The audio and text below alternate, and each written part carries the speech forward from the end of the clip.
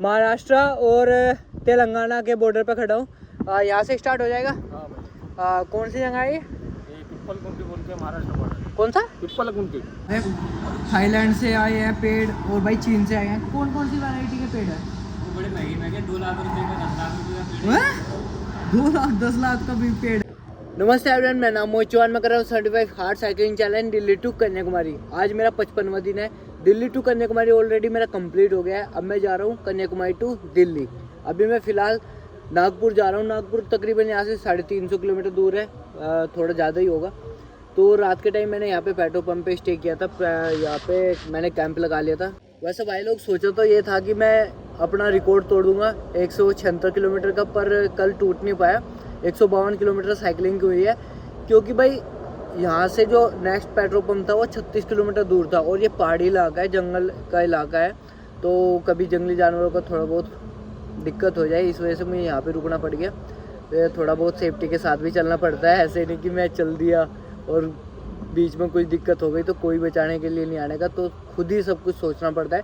Solo travelling का यही मतलब है कि एक तो देख के चलो, सेफ चलो, और दूसरा आपको एक एक चीज़ भी खुद अरेंज करनी पड़ेगी। कोई दूसरा तुम्हारा हाथ पकड़ने के लिए नहीं आने का, क्योंकि तुम इस टाइम इतने दूर हो। तो तकरीबन मैं यहाँ से अपने घर से 2000 किलोमीटर के आसपास हूँ। तो मुझे 2000 किलोमीटर कवर करना है, वो भी कितने दिनों के अंदर? 20 दिनों के अंदर, जिसमें से 2 दिन घटा दो तुम। मुझे 73वें दिन यानी कि 1 मार्च को पहुँचना है दिल्ली, 2 मार्च को मेरठ और 3 मार्च को शामली जसाला। चलो भाई लोग, अब जल्दी से जल्दी टेंट पैक करते हैं और निकलते हैं, क्योंकि 8 बजने वाले हैं और जितनी जल्दी हो सकता है भाई निकलना पड़ेगा। फिर दोपहर के टाइम गर्मी होने लगती है और तुम्हें पता है भाई साइड कितनी गर्मी पड़ती है। अभी देख लो, फरवरी का महीना है, ठंड होनी चाहिए, पर ऐसा कुछ नहीं है। यहाँ पे गर्मी है, मतलब कि नॉर्मल है अभी तो टेम्परेचर। पर जब 12-1 बज जाएंगे तब भाई साहब यहाँ पे धूप निकलने के बाद मेरी हालत ख़राब हो जाए। इतनी गंदी गर्मी है इस साइड। यहाँ पे गर्मी है ना, तो इसी वजह से मैंने अपने जो स्लीपिंग बैग था वो मैंने मंगलोरी छोड़ दिया था। तो एक वहाँ से एक हल्की सी चादर ली थी, ये काम कर देती है, क्योंकि यहाँ इस साइड ज़्यादा ठंड नहीं है। सुबह के टाइम थोड़ा ठीक है, ठंडा मौसम है, पर दोपहर होते होते यहाँ का माहौल बदल जाएगा। बिल्कुल गर्मी होनी स्टार्ट हो जाए और तुम धूप में टिक भी नहीं सकते, इतनी गर्मी होती है। तो बस साइकिलिंग तो तुम देख ही सकते हो, तुम्हारे भाई का जज्बा कैसा है कि तुम्हारा भाई गर्मी में भी साइकिलिंग कर रहा है। चलो भाई, शेरनी को कर दिया रेडी और भाई पावर बैंक यहाँ पे लगा रखा था। पावर बैंक भी चार्ज हो गया और माइक भी चार्ज हो गया। अब चलते हैं।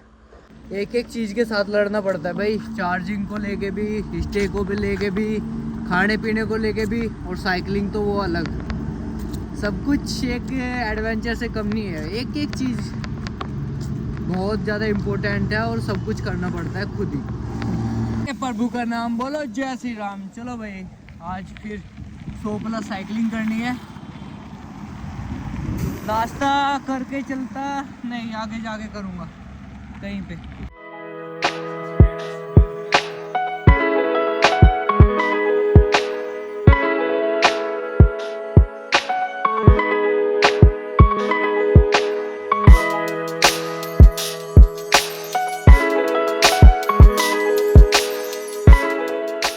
लोग कंटिन्यू साइकिलिंग करते करते तुम्हारा भाई यहाँ पे ये फॉरेस्ट डिपार्टमेंट की एक वो चेक पोस्ट है, यहाँ पे पहुँच गया हूँ।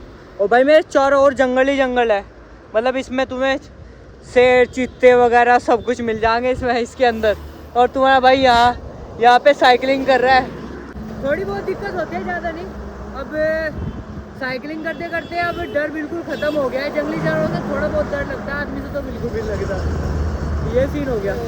अब निकलते हैं आगे, क्योंकि टाइम बहुत कम है और दूरी बहुत ज़्यादा है, तो कहीं भी रुक नहीं सकता। पिछले 4 घंटे से कंटिन्यू साइकिलिंग कर रहा हूँ। अब मुझे आज भी कम से कम 100+ साइकिलिंग करनी पड़ेगी, 150 के आसपास, क्योंकि भाई टाइम बहुत कम है और दूरी बहुत ज़्यादा है। तो भाई लोग, अभी मैंने सर से बात की तो मैं बता रहे कि यहाँ से आदिलाबाद है ना, उसकी रेंज स्टार्ट हो जाती है। अब वहाँ के बाद मेरी जो एंट्री होगी वो महाराष्ट्र में होगी। महाराष्ट्र में मैं पहुंच जाऊंगा, फिर उसके बाद महाराष्ट्र कवर करने के बाद मैं पहुंचूंगा एमपी, और एमपी क्रॉस करने के बाद हम जाएंगे सीधे यूपी में। महाराष्ट्र और तेलंगाना के बॉर्डर पे खड़ा हूँ। यहाँ से स्टार्ट हो जाएगा। हाँ भाई। कौन सी जगह है ये? पिप्पलकुंटी बोल के महाराष्ट्र बॉर्डर। कौन सा? पिप्पलकुंटी। पिप्पलकुंटी। हाँ। अच्छा, यहाँ से महाराष्ट्र स्टार्ट हो गया। नागपुर कितना किलोमीटर होगा? 180 किलोमीटर।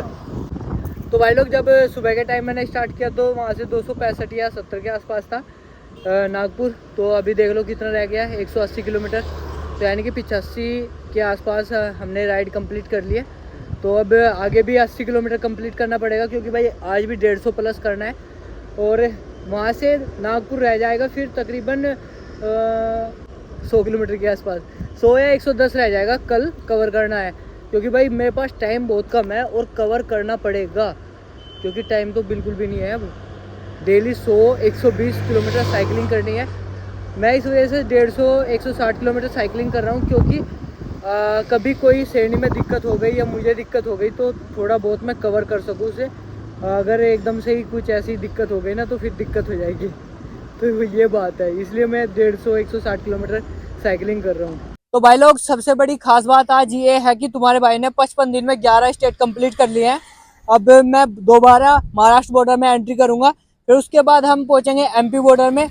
एमपी बॉर्डर क्रॉस करने के बाद मैं यूपी में एंट्री करूंगा, और यूपी में एंट्री करने के बाद मुझे कुछ दिन लगेंगे फिर उसके बाद अपने घर पहुंचने में। तो भाई लोग अभी सफ़र थोड़ा लंबा है अभी भी, क्योंकि दिन मेरे पास बहुत कम बचे हैं और दूरी बहुत ज़्यादा है। इसी वजह से मुझे बहुत ज़्यादा साइकिलिंग करनी पड़ रही है। पूरे दिन में 150 किलोमीटर साइकिलिंग करनी पड़ रही है। क्या करे भाई, मजबूरी है। और 3 तारीख को तुम्हारा भाई अपनी सामने में पहुंचेगा, तो जितना हो सके ना अपने भाई को ज़्यादा से ज़्यादा सपोर्ट करो। 2 बज गए हैं और सुबह से अब जाके खाना नसीब हो रहा है, क्योंकि भाई 8 बजे साइकिलिंग स्टार्ट की थी और 2 बज गए, तो यानी कि 6 घंटे हो गए हैं सुबह से, और अब खाना खा रहा हूँ। और रास्ते में मैंने ट्राई भी किया था, तो सुबह के टाइम 10:30 बजे के आसपास तो समोसे खाए थे, तो बस उन्हीं में ही हूँ तब से। और बीच में अनार का जूस पिया था, बस तब से इसी में ही हूँ, पानी और अनार का जूस बस। आज तो गन्ने का रस भी नहीं मिला।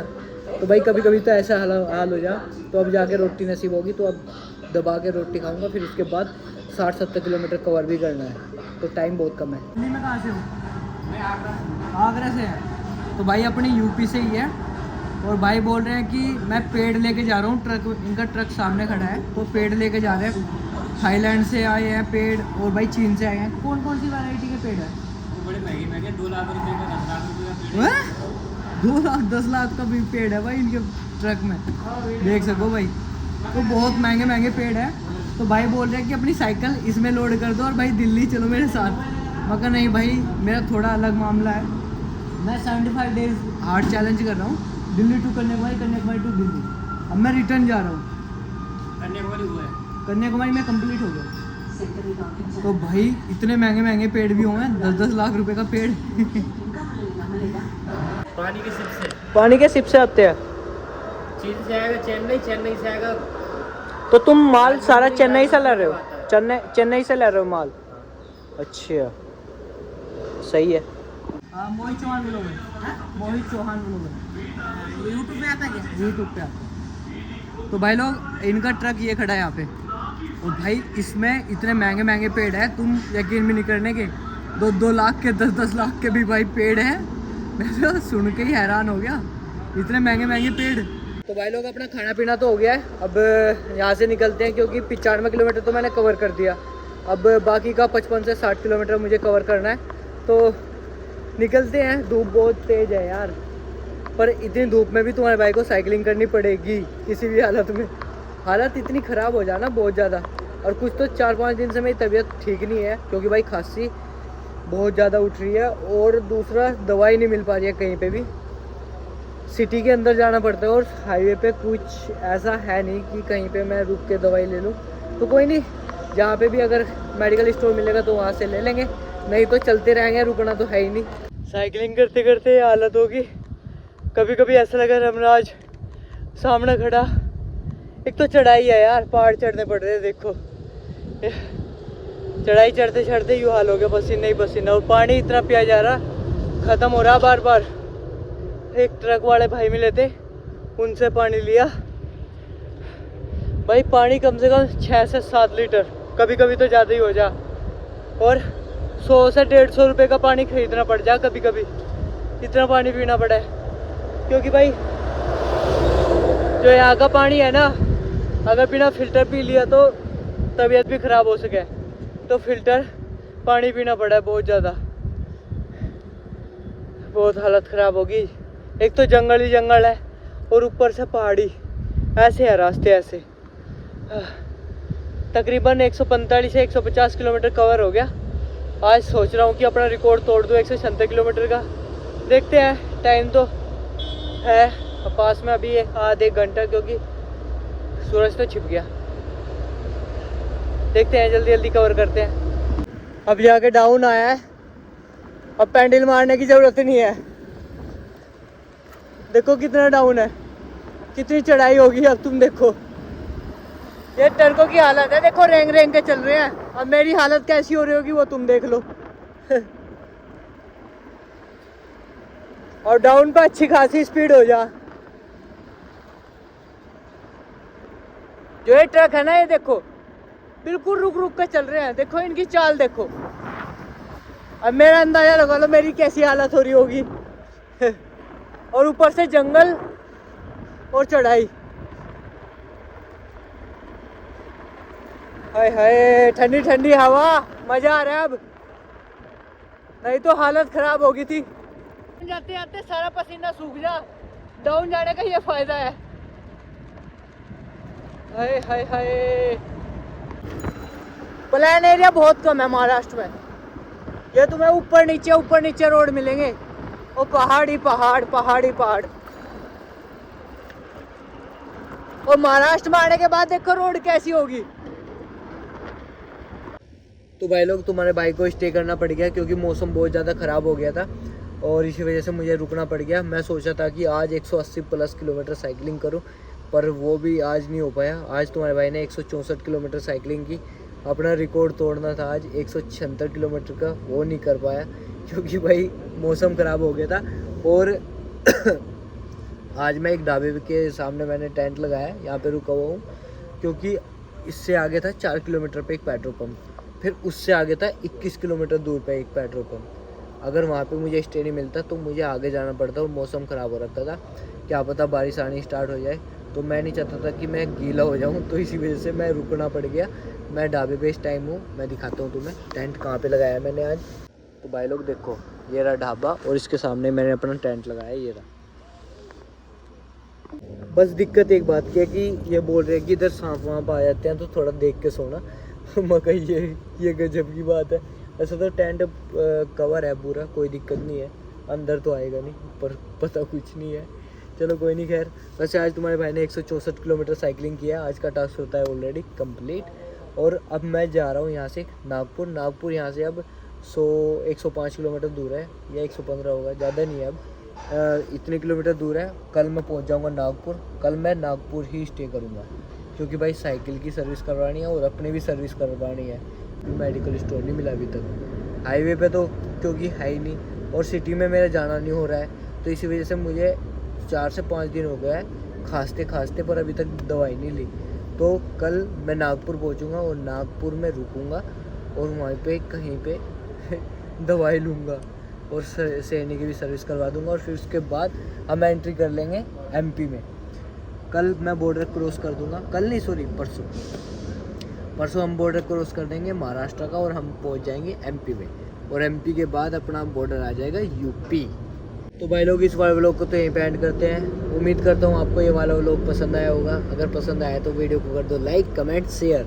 अगर चैनल पर नहीं हो तो सब्सक्राइब कर दो। खस्सी बहुत ज़्यादा हो रही है। मिलते हैं नेक्स्ट वीडियो मिलते हैं नेक्स्ट व्लॉग में। तब तक के लिए टाटा बाय बाय, जय हिंद, जय भारत।